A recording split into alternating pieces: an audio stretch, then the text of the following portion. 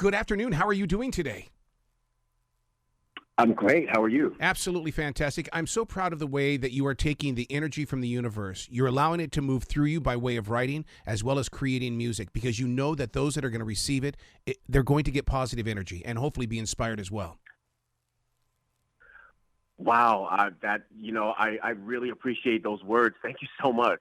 Yeah, absolutely. I agree. I appreciate you. The creative process for a lot of people, from young adults to children to even older adults. I mean, for some reason, we've gotten into this age where we're just turning it off, and we can't do that because we're messengers. How do you feel about that and with your spiritual studies and growth? Yeah, absolutely. I feel that the basic condition of all existence is freedom, Mm-hmm. and that all of us possess this natural freedom that we can direct in any way that we want to. And creativity, I think, is one of the hallmarks of this fundamental freedom that exists within all of us. And to not explore our creative potential, I think, does our lives a disservice. We might feel that creativity should only be for public consumption, Yeah. but it's really a way to express and celebrate our basic freedom. And so I really appreciate that question. The book we're talking about today is Love Your Amazing Self. Doesn't that always begin with building up that relationship with self? Yeah, absolutely. I think that the foundation for a happy life is self-love, self-kindness, self-compassion, self-appreciation. If we don't have these things as the building blocks for the way that we relate to ourselves, then I think that no matter what we achieve in life, there's always going to be something missing.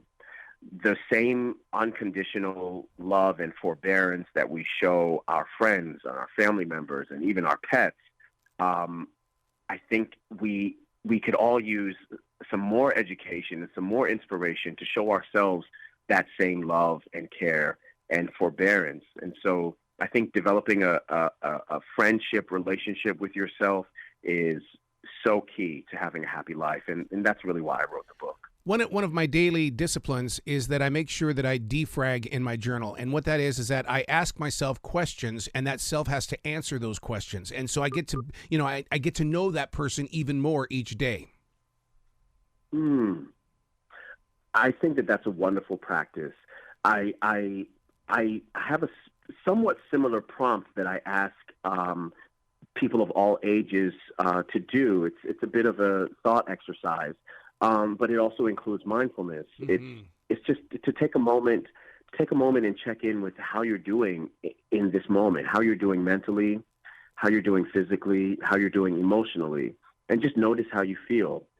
And once you've done that, based on how you feel in this moment, if you knew that your best friend or a loved one was feeling exactly how you're feeling right now, what would you say to them? And now take some time to offer yourself those same words.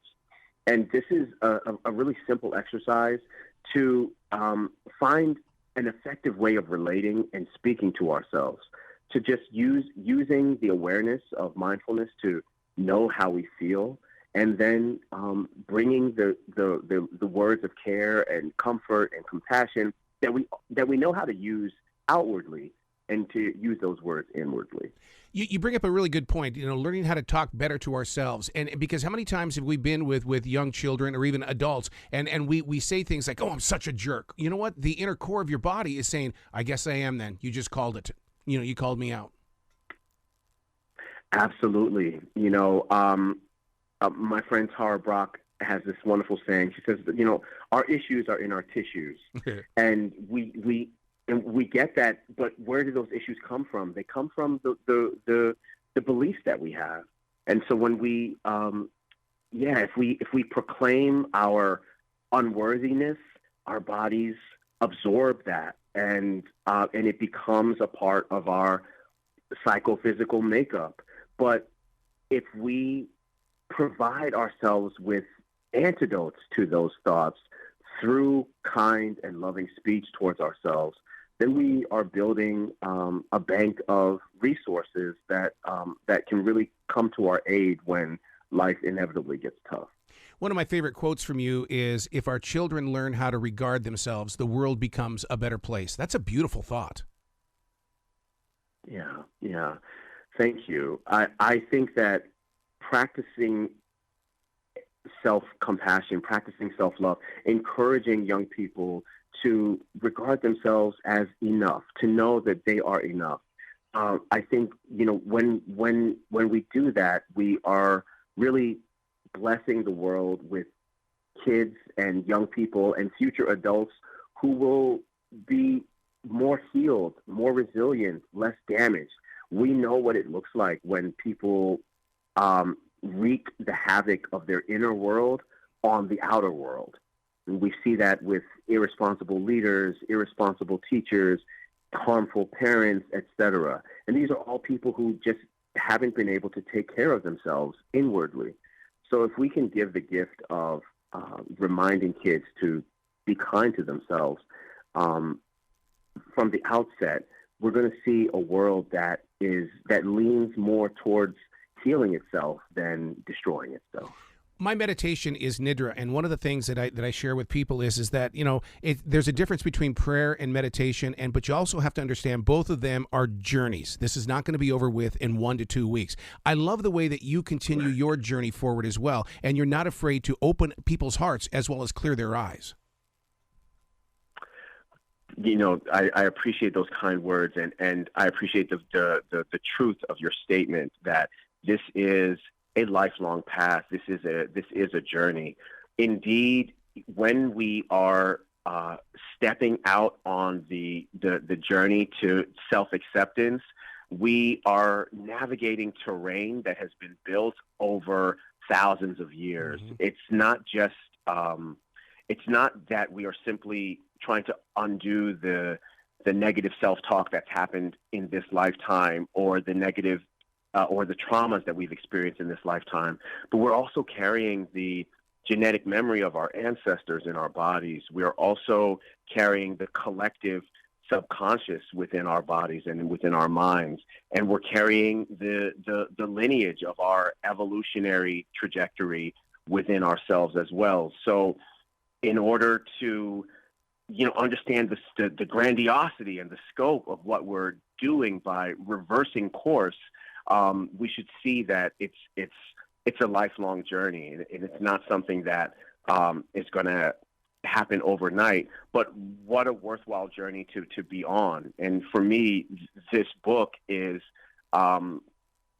really a tool of self-empowerment that you can revisit again and again. And each time you revisit it, you'll be a little bit different. And my hope is that gradually the seeds that are planted in the heart from what I'm sharing in this book grow organically along your journey.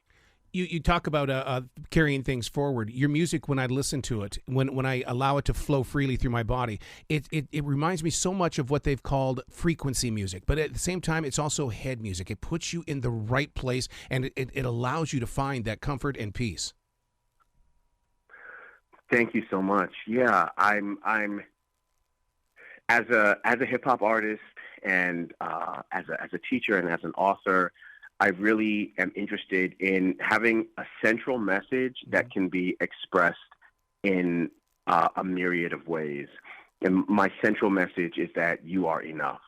And I enjoy being able to say that in a multiplicity of ways. And one of those ways is through my work as a hip hop artist. I perform under the name Born I. Yep. My album In This Moment was released last year. And to me, that is kind of like the grown-ups version of Love Your Amazing Self of my book. And I'm really wanting all the time to come back to that central point that no matter what's going on, you are enough. And just to come back to yourself in the present moment and practice kindness towards yourself. And that presence and that kindness will naturally reverberate all around. Oh, your heart is so beautiful. Are you going to go into a book tour? Are you going to come to any cities or anything like that, or where people can reach out and talk to you? Yes, yes, thank you. Absolutely. So yes, in the springtime, I will be hitting the road to go on tour. So please visit my website, bornimusic.com, BORN, the letter I, music.com, or you can follow me on social media. All of my handles are at bornimusic, at BORNI music, and the dates for the book tour will be posted when we've got them all. And I'll be also doing some performance dates as well. So all of that will be happening in the new year. I love it. Please come back to this show anytime in the future. The door is always going to be open for you. Thank you so much for having me. This was such a wonderful, wonderful chat. Well, you be brilliant today, okay? You as well. Thank you, my friend.